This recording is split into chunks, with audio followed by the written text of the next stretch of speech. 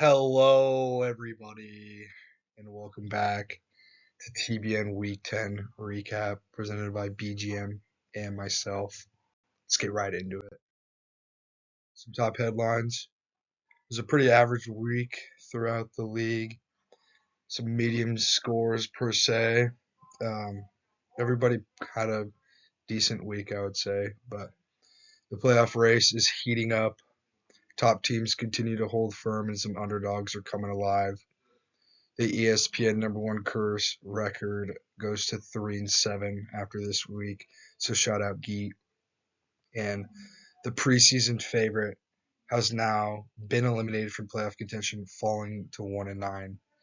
Just pitiful, but pretty average week. Nothing really crazy, but I'll get into it with the matchups.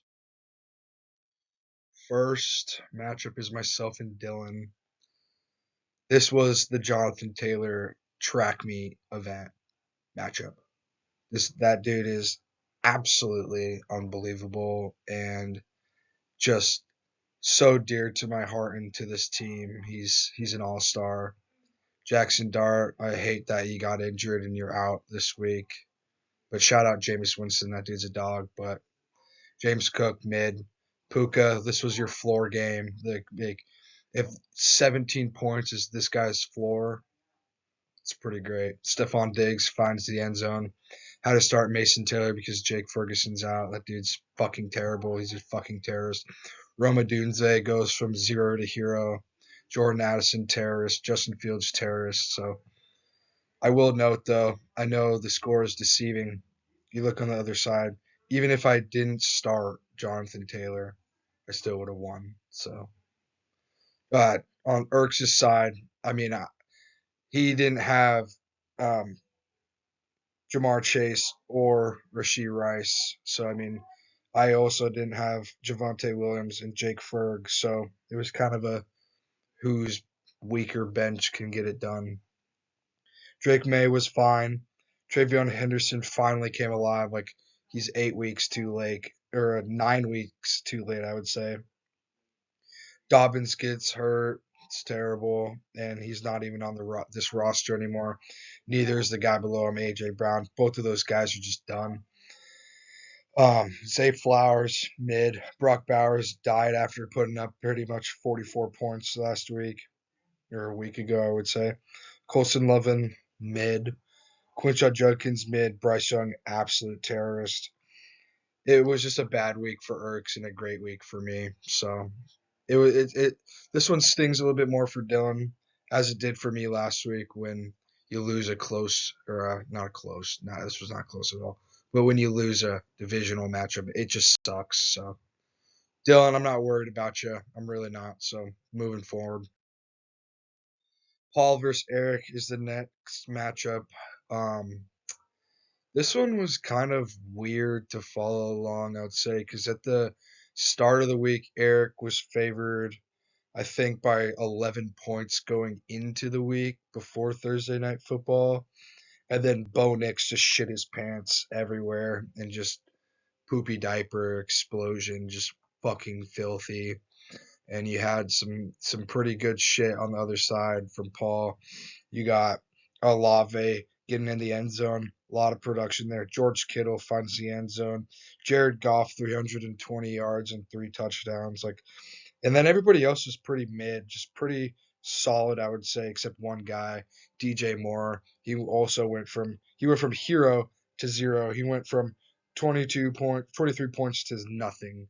So it's like him and Rome just butt buddies fucked each other and flip flop spots for 2 weeks back to back. So that's really awesome. But Eric, I mean, it was a tough week for you. Not a lot of guys really wanted to score, specifically your quarterbacks and your flexes. It was just disappointing to follow along. Kyron does find the end zone twice. Jalen Warren, mid. Amon Ra, godlike. Nico Collins, god. Sam Laporta, mid. David Montgomery, mid. Kincaid goes from hero to zero yet again. He goes from 22 points to 5 points. Like, it's just inconsistent. And then the story here is your quarterback's just not showing up. I mean, that's the whole reason why he lost. But Paul, man, like, this team's coming alive. Even if you look at the bench, like, he has points everywhere. Like, This team's heating up at the right time. He's just 3 in a row for Paul. He's now 5-5 and right on the doorstep. Eric, you gotta win. You gotta win if you want to have a chance. So next, Keaton taking on Krana.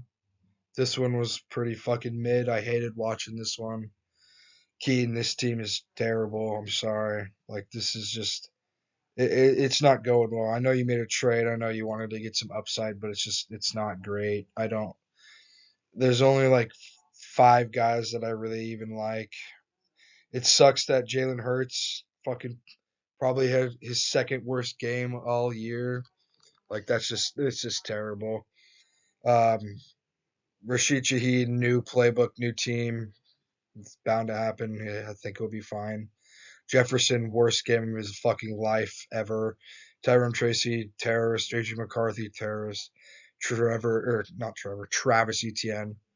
I mean, he's fine. Like he's pretty mid, but Jameson Williams finds the end zone. JMO, congrats. I don't know if he can keep this hot streak.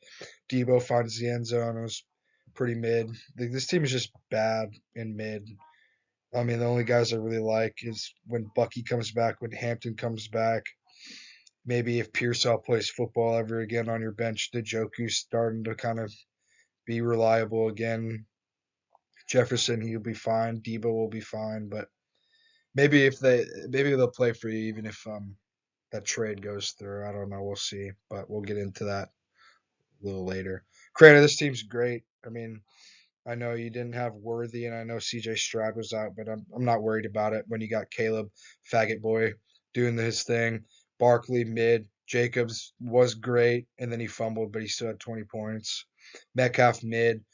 Dobbs shockingly bad. I know he got hurt. I'm pretty sure, but he'll be fine. Gadsden also gets hurt. Dowdle, I mean, another floor game. Like this is his floor. 15 points. This dude's an all-star. Vidal finds the end zone. Davis fucking Mills is the goddamn storyline in this matchup. 30 points out of Davis Mills. I mean, holy shit, that's fucking amazing. I love it. I love looking at it. I know Crana loves looking at it. I mean, he's 7-3 on a 3-game win streak. This is fucking unbelievable. This dude, literally, I projected him to finish dead last, and he's I think third overall. So, or at least fourth, bare minimum fourth overall. Like that's insane. So, congrats to you, Crana Keaton. You got to go 4-0 if you want to even have a chance. Hut's taking on Kyan. Gross. I hated everything about this matchup besides Jameer Gibbs. Everything else was whatever. Kine, you're eliminated. It's terrible. I feel bad. Blow it up. Try again next year. Huts, this win helps you out a lot after losing last week. You're right. You're a playoff team, is what it's looking like. No Mahomes, no Kelsey, no Pacheco. Still, I mean, you're doing fine. You're doing everything you need to be doing. Tua mid. Gibbs absolutely unbelievable. 40 points. Like he's a fucking god. Like this guy, you gotta jerk him off. Woody Marks finds the end zone. Absolutely pretty. He's starting to be better than anyone else in that. Houston running back room. Tet McMillan mid, always mid. Shakir mid. Goddard mid. Devontae Adams pretty good. Parker Washington, holy shit, 2 touchdowns, but on 3 receptions. That's fucking unbelievable with 18 points. Then I don't know why fucking Nick Westbrook Kinney's in. I guess because everyone else on your bench is literally injured or dead. So Huts, I mean, you get a job done. I mean, the storyline here is the Gibbs. I mean, that's the whole reason why you win here, essentially. But then, I'm not even going to spend time going through it. I mean, it's Jalen Waddle and Devontae Smith, and it's just gross. Like, Walker's bad. I don't know who the fuck Terrell Jennings is. I mean, I got to get some of my ball knowledge up. Lawrence, bad. Musgrave, terrible. Gabriel, I mean, hey, 20 points, that's great, but he's been fucking awful every game before that. So I guess that's maybe sign of things to come. I know you didn't have Dak or Brown or Pollard, but start fucking Zach Charbonnet, dude. He's the one that's getting the goal line work. He's a better player than Kenneth Walker. So, but it doesn't matter. You're eliminated. So, Huts, great win, kind, get better. Hoos, Berg. I mean, this one was really, really fun to watch. I would say I'm not surprised about the outcome, but how it happened was fucking electric as hell. I was so shocked to like I watched it happen. I literally was on the fantasy app watching Sunday Night Football, and all I see was Aaron Rodgers. He had like 2 points, and Hoos needed like I think he was down by I think actually 2 points as well. So Aaron had two, Hoos was down two, and Aaron Rodgers throws a touchdown to I think Calvin Austin, I'm pretty sure. And holy fuck. I watched from Bergen having a 99% chance of winning to who's a 99% chance winning. It was insane. This team came to play. Lamar Jackson great, Genty great, Brees Hall great, JSN great, Loud McConkey great, Tyler Warren great, Richard White mid but fine, Cortland Sutton mid but fine, Aaron Rodgers. I mean, he's the whole reason why you won, so you got to shout out him. But Bergen's team has been hot lately, and he posted up a pretty respectable number. I mean, 127, like it's pretty mid. It's median. You went up against median boy. So Darnold, worst game of his life. Aaron Jones finds the end zone. Singletary mid. Drake London came alive. Pittman historically mid. I don't know how he finished with 4, but I guess it's the Alec Pierce effect. McBride, absolutely unbelievable. Abuka, probably the best value from a rookie and a draft pick. He went Abuka was drafted 79th, and he's the 10th best receiver and probably like overall, like 21st overall or something. It's probably like 17, just only because of injury. If he didn't get injured, he'd be top 5, no question, like without a doubt. I think he is top 5, but besides the point, Bergen, I'm sorry. Like you were getting hot, and it just didn't work out. But I will say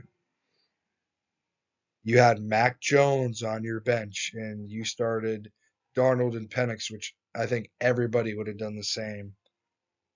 But Mac Jones had 23 points.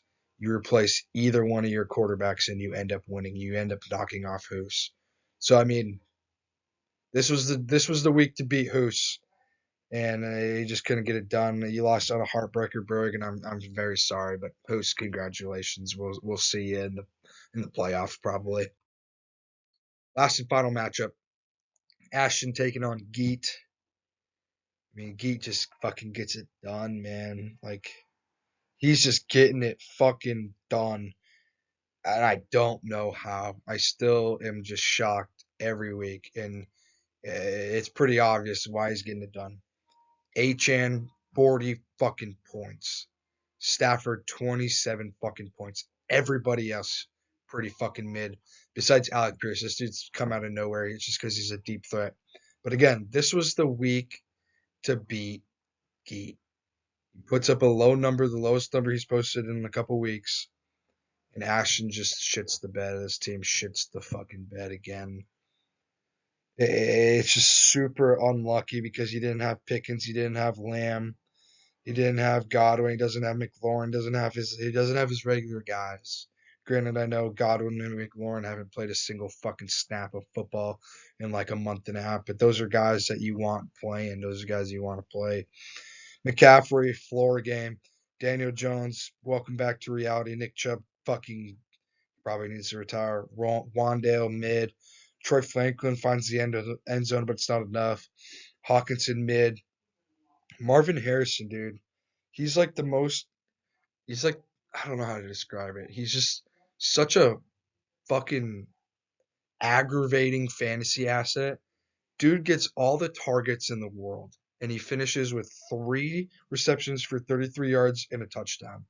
He probably should have had like 30 points this week, and that would have, ultimately probably ended up giving you the win.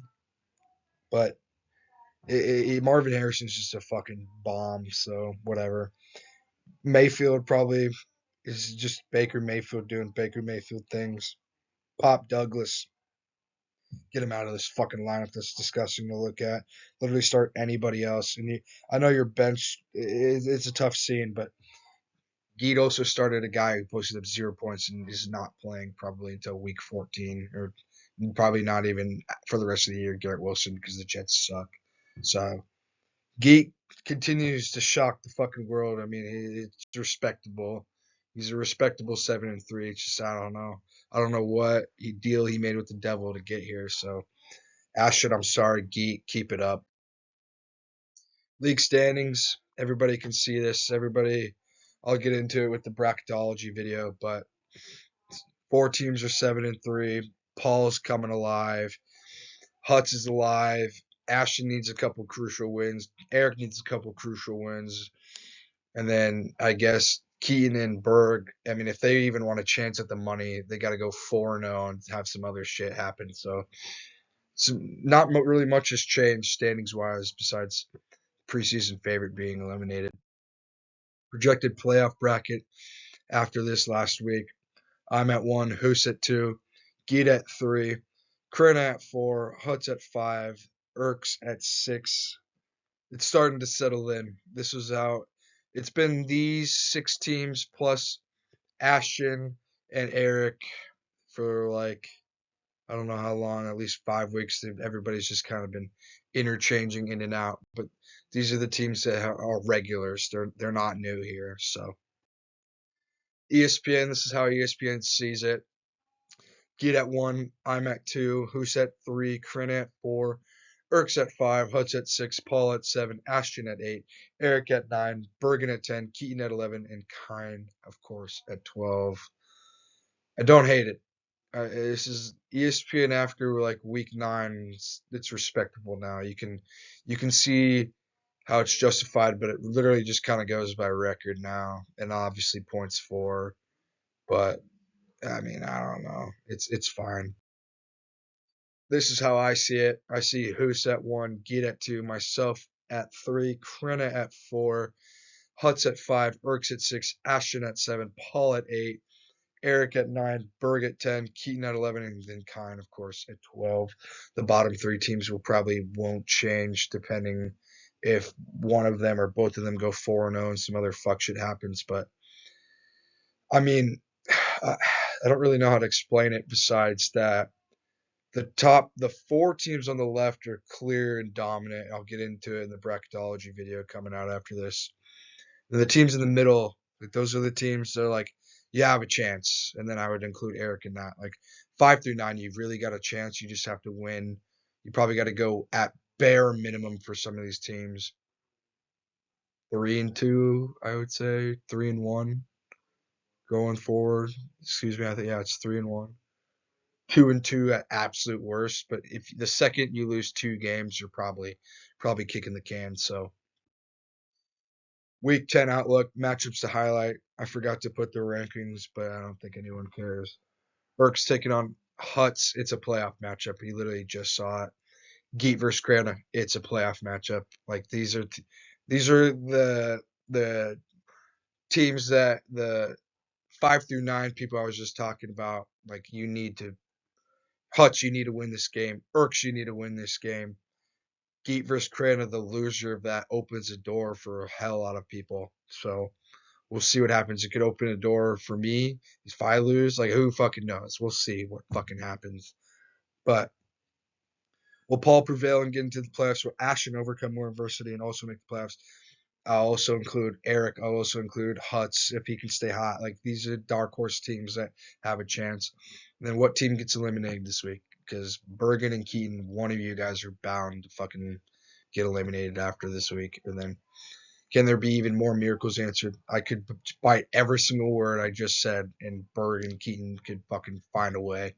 Find a fucking way. Or even a 4-6 team like Ashton and Eric, could they fucking find a way? Could a team that has been risen from hell as Paul, and can he stay hot and knock me off? He probably will.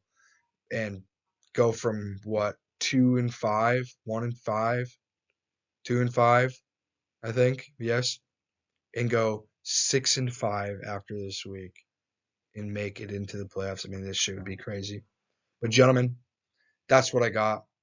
That's what it is. This is TBN. Thank you for watching and good night.